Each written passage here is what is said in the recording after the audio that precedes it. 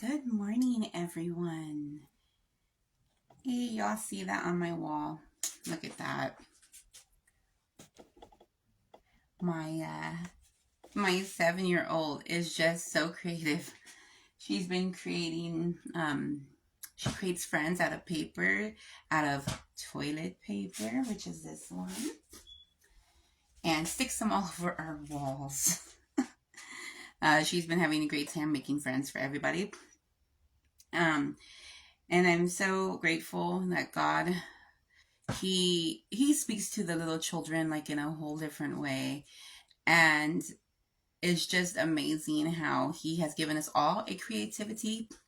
And I think some of us lose that imagination and that creativity as we age and as we grow older. But originally that's what he implanted, because he is a creative God.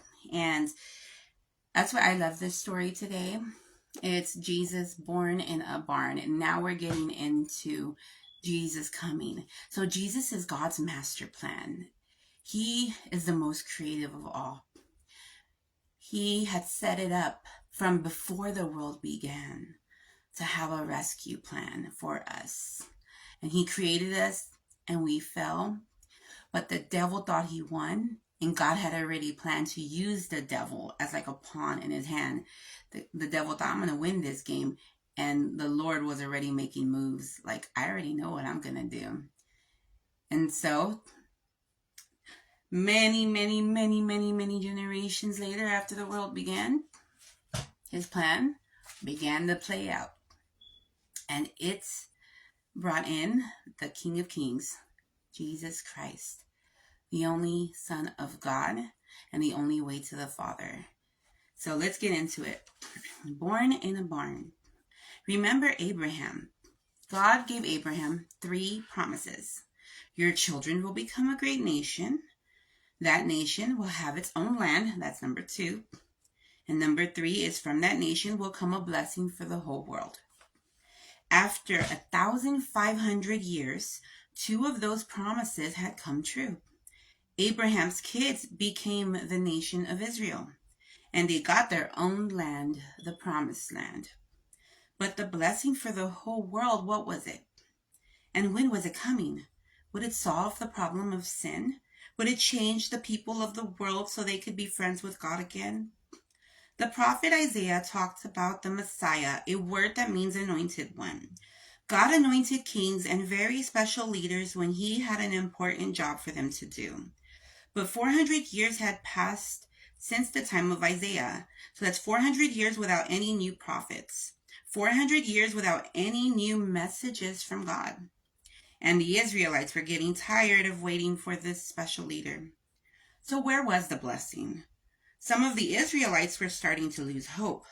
But then something incredible happened. An angel appeared to a young woman named Mary.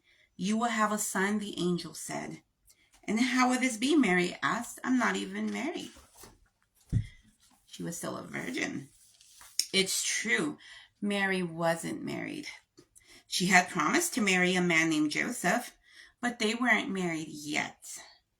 Then the angel said something amazing. He told Mary the baby's father would be God himself. Her baby would be the Son of God. Pretty wild, right? You would think that Mary would have passed out and fallen on the floor right then, but Mary was brave and she trusted God. I am the servant of the Lord, she said. May this happen just as you have said. Then the angel said one more thing to Mary. He said that the baby's name would be Jesus. When it was almost time for the baby to come, Joseph and Mary traveled to Bethlehem. They needed somewhere to stay, a nice place for Mary to have her baby. If the baby really was God's own son, he should be born in a palace, right? In a big, beautiful palace surrounded by fancy people wearing fancy clothes. After all, this baby was the Son of God. But Mary didn't have her baby in a fancy palace or a nice warm inn by a fire. No, Mary had her baby in a barn for animals. Mary's baby, Jesus, wasn't surrounded by fancy people. He was surrounded by sheep and goats and chickens. If this was God's blessing for the whole world, the blessing Israel had been waiting for almost 2,000 years, this was not the way people expected it to happen. Then more angels showed up, a whole bunch of them, and they sang and celebrated the birth of a new king, the birth of Jesus. So where do you think God's mighty angels announced the birth of his son? Probably in the biggest city to the world's most important people, right? To kings and generals, to rich, important, and fancy people. But that isn't where the angels sang of Jesus' birth. This amazing group of God's messengers appeared in the middle of a field, in the middle of nowhere. And they didn't sing to kings and rich folks. They sang to shepherds, to a group of dirty, smelly guys who took care of dirty, smelly sheep. God showed the world his power, who he really was, not in an army, but in a baby, not in a palace, but in a stable, not to kings and rich people, but to shepherds. God's rescue plan was happening. His kingdom was on the move, but God was announcing very clearly that this blessing for the whole world wasn't going to be what people expected. This little tiny baby born in a stable, celebrated by shepherds, was going to turn the whole world upside down. So fun facts, and you can read Luke 2 to read more of these stories. The Synoptic Gospels is Matthew, Mark, Luke, and John. And those cover a lot of Jesus' stories, some stories overlapping, because we had different authors that were writing the accounts of what they were seeing during that time. There was a lot of people watching Jesus. So here's some fun facts. The crib that was used to hold baby Jesus after his birth is called a manger. The word manger comes from the Latin word mandere, meaning to chew, and the French manger, meaning to eat. A manger was a feeder for animals such as donkeys, cattle, and horses. The Bible tells us that Jesus was placed in a manger because there was no room for his family at the inn in Luke 2:7.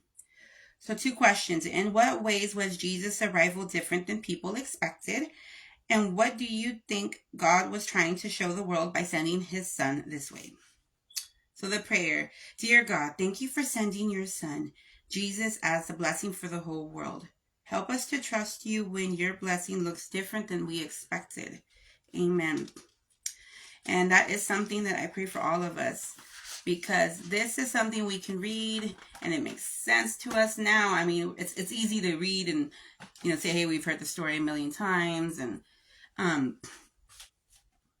that it didn't look the way people thought it would be, but we're looking from after the fact. So it's easier to just take it as it is.